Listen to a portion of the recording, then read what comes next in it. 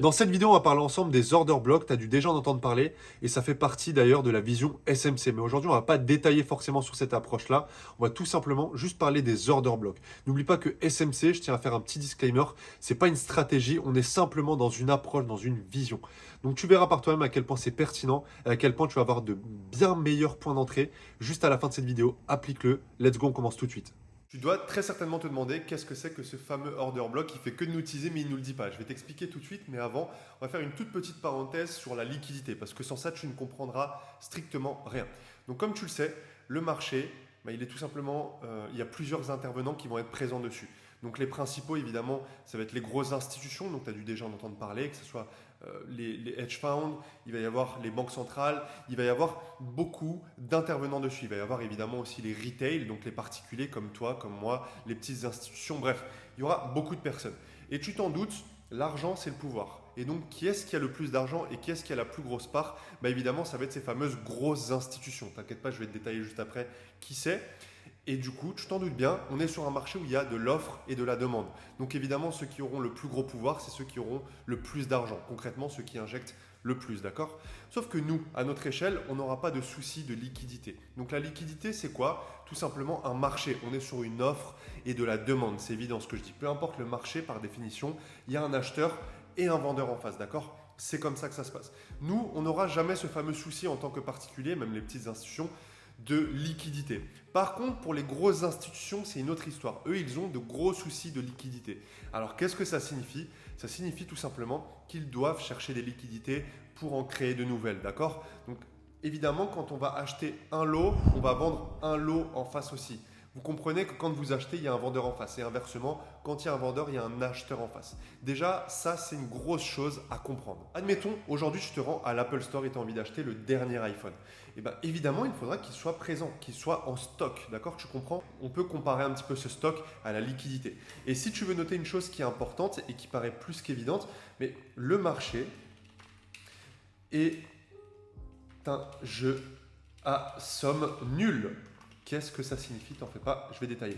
Un lot vendu égale un lot acheté et inversement.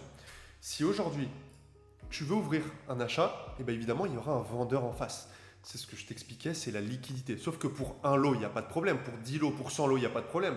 Par contre, pour les grosses institutions, quand ils ont un carnet d'ordre, quand ils doivent respecter un certain prix, évidemment, là, ça sera un autre problème. Donc, je vais t'expliquer ça avec un schéma, tu vas beaucoup mieux comprendre. Donc, admettons, on est ici dans une fameuse tendance haussière. Puis là, on voit le prix qui accumule. D'accord? Donc, tu peux appeler ça comme tu veux. Un range, une accumulation, une consolidation, bref, tu l'appelles comme tu veux. Et ils ont un carnet d'ordre où ils doivent atteindre ce fameux prix ici. D'accord? Suis-moi bien, fais le même schéma s'il le faut, prends tes notes, vraiment, c'est super important. Donc évidemment, un marché, c'est pas juste hop, je grimpe et voilà, et je vais chercher mes objectifs. Non, il n'y aurait pas la liquidité, ce serait trop facile. Imagine un marché où tout le monde est acheteur, ça n'aurait pas de sens. Ça ne serait pas par définition un marché. Ok? Donc, très important. Comprenez-le, c'est indispensable. Maintenant, ce qu'il va se passer. Donc, suivez-moi bien. Ici, quand vous allez avoir cette fameuse accumulation, il risque potentiellement d'avoir des setups pour les retail, donc pour les particuliers, pour nous, et pour les petites institutions. Quand je dis petites institutions, il va y en avoir certains qui pourront gérer des milliards, d'accord? Mais ça sera encore une fois pas très important par rapport à justement ces capitaux, par rapport à ceux qui régissent le marché, par rapport à ceux qui manipulent le marché, d'accord? Donc, ce qui va se passer, c'est quoi? Tout simplement, on va créer des setups pour les retail, ok? Pour les retail, pour ce qu'on appelle la dumb money, d'accord? Donc la dumb money, ça signifie quoi? Ça peut paraître péjoratif, mais c'est tout simplement nous en fait, on est la dumb money, on crée ces fameuses liquidités et également les petites institutions, comme je vous expliquais, d'accord? Donc eux, ce qui va se passer, les grosses institutions vont vendre volontairement. Suivez-moi bien. Ici, voilà, ils vont racheter le marché. Donc je le réexplique. Ici, il y a eu des ordres de vente qui se sont ouverts. Puis là, à l'opposé, ils vont acheter. D'accord? Comprenez-le bien. Donc, qu'est-ce qui va se passer derrière? Évidemment, on aura notre prix, vu que c'est eux qui ont le pouvoir, qui va remonter. D'accord? Donc là, on avait des setups de vente qui s'étaient passés, qui s'étaient faits pour justement les retail et les petites institutions. Ils étaient, oh ouais, chouette, on a cassé mon range, on a peut-être un reversal, on va peut-être retourner la tendance, génial. Et puis au final, hop, le prix part dans l'autre sens. Et suivez-moi bien, justement, vous allez comprendre maintenant la définition d'order block. Quand on arrive à ce niveau-là, Vous vous souvenez, ici, les institutions avaient vendu. Donc, ils sont en négatif, sauf qu'ils ont un carnet d'ordre. Ils doivent respecter également des performances. Les grosses institutions ont des actionnaires tels qu'Apple, Nike, bref, les plus grosses sociétés de ce monde investissent chez eux avec des centaines et des centaines de milliards. De millions, pardon. J'ai un peu abusé, mais des centaines et des centaines de millions. D'accord? Donc, évidemment, il va falloir revenir à break-even sur ces positions-là. Et c'est là où rentre ce fameux order block. Vous comprenez? Donc là, l'order block, il va être présent sur toute cette zone. Et nous, justement, c'est là où on va se concentrer. Puisque, qu'est-ce qui va se passer? Eh bien, ils vont racheter encore une fois. Donc, comprenez bien, regarde, là, les petites institutions ou les retail, enfin les personnes comme vous et moi, qui ne comprennent pas tout ce principe-là, eh bien, qu'est-ce qu'ils vont faire? Ils vont vendre ici, voilà, hop, ils vont se faire prendre leur stop loss. Et par contre, à l'inverse, qu'est-ce qu'il va se passer? Ici, il va y avoir des acheteurs. Et donc, admettons, ils vont mettre leur stop loss, par exemple, là, ok? Ils vont se dire, non, là, je ne TP pas, ça va continuer, on est dans une grosse tendance haussière, on a cassé le range, etc. Et au final, hop, on aura pris donc les stop loss de ces fameux vendeurs, juste ici, également des acheteurs, pour au final regagner le bon sens et regagner la fameuse bonne tendance. C'est donc pour ça que de temps en temps, eh bien tout simplement, vous dites, putain, je comprends pas, mon setup était parfait, mon stop loss a touché et après c'est reparti dans le bon sens. Maintenant, vous comprenez beaucoup mieux les choses. Donc après, on ira voir bien sûr tout ça sur le graphique. Tu dois te dire certainement, c'est bien beau tout ça, on est sur l'aspect théorique, mais qu'est-ce que ça donne sur le graphique? Et t'en fais pas, je vais te montrer ça de suite. Alors évidemment, je le reprécise, mais il faut que ça soit en accord avec ton biais, c'est-à-dire qu'il faut qu'il y ait une certaine structure de marché. Tu vois, là, on a par exemple le marché qui fait des nouveaux plus bas à chaque fois et des tops de plus en plus bas également. Donc on est forcément dans une tendance baissière. Vous voyez, la tendance est votre ami, ça s'applique tout le temps. Donc, ici, évidemment, on va observer un petit peu ces fameux order blocks qu'on a pu observer. Donc, comment tu vas pouvoir, toi, derrière les repérer sur le graphique? C'est tout simplement, note-le, ça va être cette fameuse bougie, donc je vais la noter, OB égale la bougie avant mouvement impulsif. D'accord? Très, très, très important. Donc, cette fameuse bougie avant le mouvement impulsif, évidemment, ce n'est pas du 100%. C'est pas du 100%, pourquoi? Parce que comme tu le vois ici, cette bougie avant le mouvement impulsif baissier, voilà, elle n'a pas été comblée. Donc bien sûr, les institutionnels n'ont pas besoin de revenir sur leur position dans les jours qui suivent. Ce n'est pas de l'intraday, ce n'est pas du swing, non. Ils peuvent revenir sur quelques années plus tard après, quelques mois. Ils ne sont pas à ça près, d'accord? Comprenez-le, c'est super important également. Donc là, on voit qu'il y a eu quand même une injection des institutionnels qui est assez puissante à travers justement cette bougie-là. Également ici. Et là, vous allez voir que ça va devenir très intéressant. Donc là, on avait cette fameuse bougie juste avant l'impulsion baissière. Et vous voyez, le prix, il est revenu exactement comme je vous l'expliquais, ici, pour repartir. Ensuite, si on doit du coup former ce fameux nouvel order block qui s'est formé, donc c'est ce qu'on appelle mitigated ou mitigé. Alors là, attendez, je l'ai mal tracé, ce serait plutôt sur cette bougie-là, regardez, celle juste avant l'impulsion baissière, c'est exactement la même chose. Vous voyez, le prix est revenu à plusieurs reprises. Il est venu ici, il est venu ici, puis il est encore revenu là. Donc il a mitigated, il a mitigé 3 fois de suite pour partir à la baisse. Vous voyez, et c'est très puissant. On a systématiquement ça sur les marchés. Pareil ici, on a eu cette fameuse chute, hop, vous voyez, le prix, il est revenu dessus également. Bon, là, on aurait pu dire la même chose, mais le prix n'est pas encore revenu dessus. Vous voyez, et c'est très, très, très puissant. Essayez d'analyser le marché de cette manière-là. Encore une fois, c'est une confluence supplémentaire, c'est une compréhension de marché. Où est-ce que les institutionnels pourraient revenir avant de réinjecter pour gagner la tendance? Chose que je n'ai pas précisé, mais ça fonctionne sur toutes les unités de temps, évidemment, tous les actifs, en tout cas ceux que j'observe, que ce soit Forex, matières premières, indices, personnellement, ça reste toujours pertinent. Donc vous voyez, encore une fois, là, on est sur GBP USD, on va être sur du daily. Regardez, juste avant cette fameuse chute qu'on a eue, eh bien, on a eu un order block qui s'est tracé ici. Il a été mitigated, boum, c'est parti derrière. Ok. Ensuite, qu'est-ce qu'il s'est passé? La bougie juste avant la chute, donc elle était là, hop, pareil, ça a été mitigated 3 fois. Ensuite, la bougie avant la chute, ici, hop, je la prolonge, ça a été mitigated plusieurs fois, pareil. Ok, et on peut le faire maintes et maintes fois, ça fonctionne extrêmement bien. Alors vous, comment vous allez pouvoir par exemple l'appliquer dans votre plan? Ça doit être, encore une fois, je le répète, une confluence supplémentaire. Mais par exemple, là, quand on voit une bougie qui se forme comme celle-ci, on peut très bien mettre son stop loss juste ici, retourner chercher ces fameux plus bas qui ont été formés. Et vous voyez, ça nous fait passer un beau risk-reward qui est de 1/4. Donc voilà, c'est pas juste de la théorie. Vous voyez bien que si on l'avait appliqué juste sur cette vague baissière-là, c'était ultra pertinent. Donc essayez vraiment de l'implémenter. Vous allez voir une grosse différence. Essayez de penser en tant qu'order block. Évidemment, là, je vous montre des exemples à la baisse, mais ça fonctionne également à l'achat. La fameuse bougie qui va se faire avant. Mais là, ça n'aurait strictement aucun sens de le faire dans un biais qui est clairement baissier. Vous comprenez? Ça n'a strictement aucun sens. Donc, mettez vraiment de la cohérence sur ce que vous faites. Mettez pas des order blocks partout, sinon vous allez justement encore plus vous perdre et faire n'importe quoi. Donc déjà, si vous voyez que c'est assez complexe pour vous, essayez de revoir certaines bases et après, pourquoi pas implémenter ces fameux order blocks. Allez un petit peu plus loin dans ce fameux exemple que je vous ai montré sur GBP USD. Et regardez, je vais vous montrer un exemple concret pour revenir sur mon schéma que je vous ai montré au début de cette vidéo.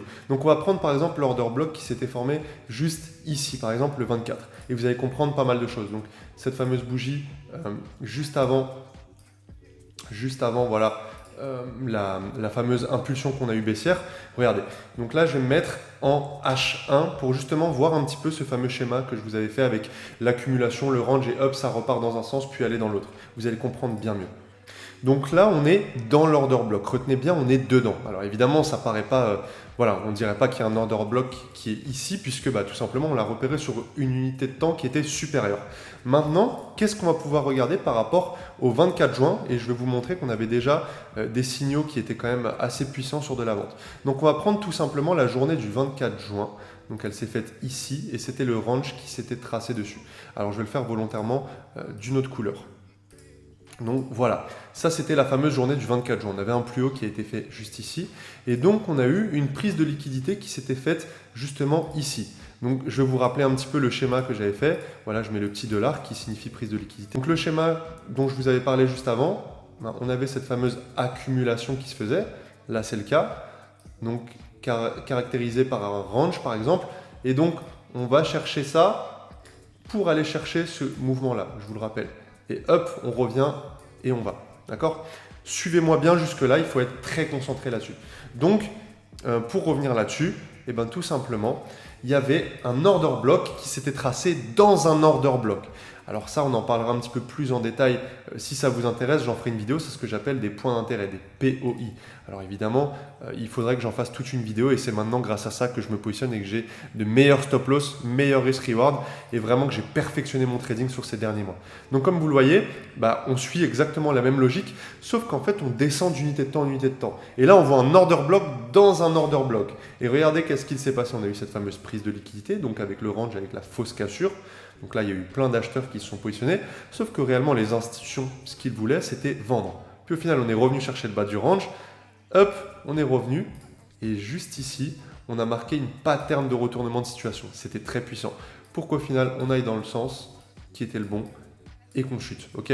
Donc encore une fois ici, alors tout ça, bien sûr, c'est théorique. Vous allez me dire oui, mais ça ne se passe pas forcément comme ça, mais clairement appliquez-le et vous allez comprendre que ça se passe réellement comme ça. Donc pour ceux qui sont un petit peu plus sécuritaires, stop loss juste là, voilà, mais moi en tout cas je les positionne comme ça quand on est dans un POI. Le TP minimum, il va être ici, donc on a un RR de 2,63 et puis on peut aller potentiellement chercher une zone de liquidité un petit peu plus basse. Donc on pourrait même aller chercher ça. Et vous voyez donc un risk reward de quasi 1/6, ce qui est excellent. Et on allait effectivement le chercher, on est même allé bien plus bas. En plus, on avait un biais qui était clairement baissier, vous le voyez. On avait de grosses impulsions baissières, etc. Encore une fois, ce que je vous explique, on est dans la cohérence par rapport à mon plan. Sinon, ça n'aurait pas de sens. Hop, vous voyez, accumulation, et on continue ces fameux plus bas. On était évidemment dans une tendance qui était baissière, d'accord? Donc comprenez qu'une tendance, c'est pas forcément le schéma que je viens de vous faire. Évidemment, il va y avoir hop, des petites accumulations, puis ça va repartir, puis hop. Vous voyez, le marché, il ne fonctionne jamais d'une manière générique, on va dire. Il ne va jamais faire des nouveaux plus bas de manière clean, parfaite. Ça ne fonctionne pas comme ça. Et ça, c'est juste sur la théorie et c'est entre guillemets les formateurs bidons qui ne font pas du tout de cash dans leur trading qui vont vous apprendre tout ça. En tout cas, j'espère que ce fameux order block, il n'a plus trop de secrets maintenant pour toi. Mais tout simplement, ce que tu dois retenir, c'est qu'un order block, c'est cette fameuse accumulation qui va être créée justement par les grosses institutions qui vont créer leur liquidité pour atteindre leurs propres objectifs, d'accord? Donc les conditions principales, ça va être tout simplement que ça doit être l'accumulation, donc ce fameux mouvement qui va se faire à l'inverse avant de former justement ces nouvelles impulsions. D'accord? Donc ça peut être une bougie d'indécision ou une bougie opposée, d'accord? C'est pas une bougie qui va être dans le même sens. Par exemple, si tu es dans une tendance baissière et que la bougie est baissière et que tu repères un order block, ben non, ça n'a aucun sens, d'accord? Ça doit être soit une bougie d'indécision, soit une bougie à la hausse.